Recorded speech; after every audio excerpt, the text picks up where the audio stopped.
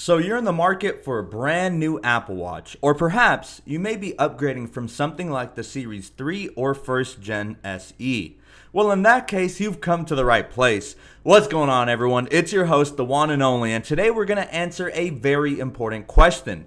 Is it worth upgrading to the all-new SE 2nd Gen from an older watch?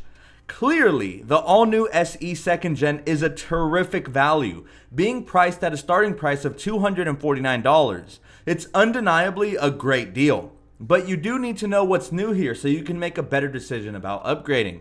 This video is primarily aimed at those brand new to the Apple Watch realm, as well as those who are planning to upgrade from a Series 3 or the 1st Gen SE. But at the end, don't worry, I'll also let Series 7 and Series 6 owners know the scoop on whether it's worthwhile to invest on this all-new and relatively affordable smartwatch.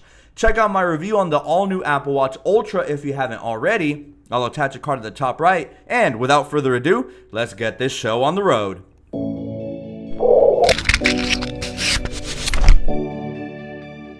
Alright, ladies and gents, sorry for shamelessly plugging in my videos, but I already unboxed and reviewed the 2nd Gen SE. I'd recommend you check out that video before or even after this one, as I don't want to repeat myself on everything that's new with the new 2nd Gen SE. You can click the card at the top right or click the link in the video description. But alright, let me start out by saying that you cannot go wrong with the new 2nd Gen SE if this is your first ever Apple Watch. It literally has everything you could ever need from a modern smartwatch. Features such as fitness tracking, a heart rate sensor, Bluetooth support so you can listen to some tunes using something like AirPods directly off the watch, and so much more. There are some drawbacks though, as it isn't all sunshine and rainbows. The SE is marketed as the budget or entry model into the world of Apple Watches. Thus, you can expect some of the flagship features to be absent here, namely a slew of amazing health sensors that can only be found on the more premium models. Those premium features reserved for the pricier models include a blood oxygen app and sensor, an ECG or echocardiogram, and a temperature sensor that can help monitor and give more accurate results for cycle tracking for women. If none of these matter to you though, then the SE 2nd Gen could be a perfect fit for you. Another drawback, however, is our lack of color options and casing materials. On the SE 2nd Gen, you only get the option of choosing between one singular casing material, which is aluminum, and only 3 color options: silver, starlight, and midnight. So now we know what's missing on the SE versus the more premium offerings, but what if you're upgrading though? Well, let's start with Series 3 owners, and I have to say it right off the bat. In 2022, nobody should be buying a brand new Series 3. Apple doesn't even have it in its official lineup anymore, but I know other retailers such as Amazon and Best Buy still do carry some inventory. Seriously, don't buy the Series 3 unless you absolutely are on an extremely tight budget and you just don't have the money nor resources to spend the extra amount for an SE 1st Gen or even a 2nd Gen.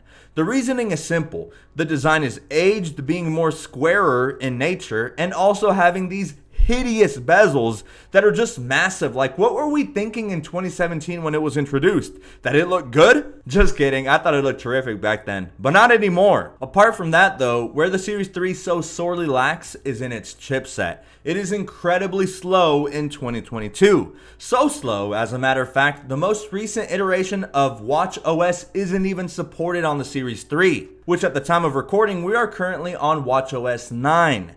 The Series 3 sports the S3 chip with the W2 wireless chip, while the all-new SE 2nd Gen sports the much more impressive S8 chip with the W3 wireless chip. And don't even get me started on pairing a new Series 3 up. You have to literally give it an entire half day to do so. Poor thing, it at least tries. But even down to everyday use, as you can see here, compared to the much snappier SE 2nd Gen, apps are even considerably slower to open than the mighty SE 2nd Gen when comparing the two head to head. Like, over time, all this time you'll be waiting for apps to be responsive and open up will start to add up. And finally, looking at the back of the Series 3, we can see some outdated sensors, with the new SE 2nd Gen having a different design in terms of where the sensors are placed, as well as having a slightly modified back design, which which features nylon composite materials that are color matched to your chosen color's bezels, and this is supposed to be more beneficial to the environment when manufacturing it, so that's always cool. So if you're upgrading from a Series 3, don't think about it twice. You literally benefit in every imaginable way, all while saving money. A larger display, a more modern design, improved sensors, a much speedier chipset, and your storage gets increased from 8 gigabytes to quadruple that, with the SE 2nd Gen having a base storage of 32 gigabytes, so you can store different songs and apps. What's not to love here? It's a no-brainer. Definitely upgrade if you're coming from a Series 3. Now, when we look at individuals coming from the 1st Gen SE, the upgrade is a bit more questionable. The SE 1st Gen is still a much better choice versus the Series 3. I want to make that abundantly clear that most people should stray away from the Series 3 in 2022. So what's the difference between the 1st Gen SE and 2nd Gen SE? Well, to be quite honest, not much. Here's the rundown. The 1st Gen SE sports the S5 chip, and as I mentioned, the new 2nd Gen SE sports the S8 chip, and Apple claims it's 20% faster. Doesn't seem like much on the surface, but it is somewhat noticeable, as you can see here, by opening up different apps. It's just a little bit snappier on the new 2nd Gen. The all-new 2022 SE also gets an upgrade with Bluetooth, featuring Bluetooth 5.3 versus Bluetooth 5.0 on the prior model. So this will benefit those people that love to use their AirPods with their Apple Watch to listen to music. But the biggest differentiating factor between these two that I think is quite useful is crash detection. I hope no one is ever in this scenario, but having that crash detection automatically call emergency services and your emergency contacts in the event of a catastrophic collision could mean the difference between life and death. So in that sense, the Apple Watch SE 2nd Gen expands greatly with those awesome health and safety features. Lastly, as you guys have probably already noticed, the back of the 1st Gen SE featured a black ceramic back case, whereas the 2nd Gen SE features that color matched nylon composite back case.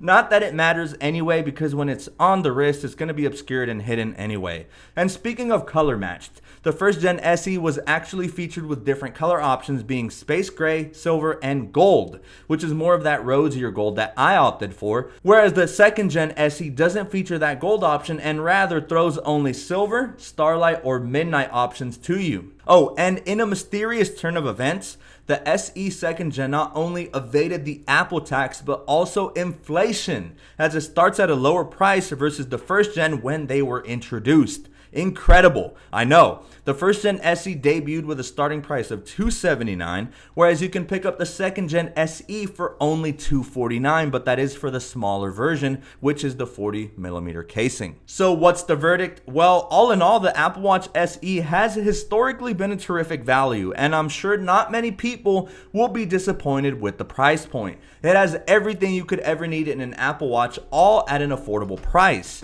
If this is your first ever Apple Watch, you'll come to love your new Apple Watch SE. And remember that all prior bands are compatible with the 2nd Gen SE, with the noticeable exclusion of the all-new Ultra bands only being compatible with the larger 44mm sizing and not the 40mm. If upgrading from the Series 3, this is seriously a no-brainer. Look, check it out. You get a much faster chipset, larger display, a more modern design, but if you're coming from a 1st Gen SE, you'll only notice slight speed improvements, and unless you really want the new color options, then I say go for it. And crash detection is a nice plus. Otherwise, I think the SE 1st Gen is still an okay candidate even for 2022. As far as Series 7 and Series 6 owners, you really are somewhat downgrading in a way. Not only do you not get the stainless steel casing material options, but you also do lose some health sensors.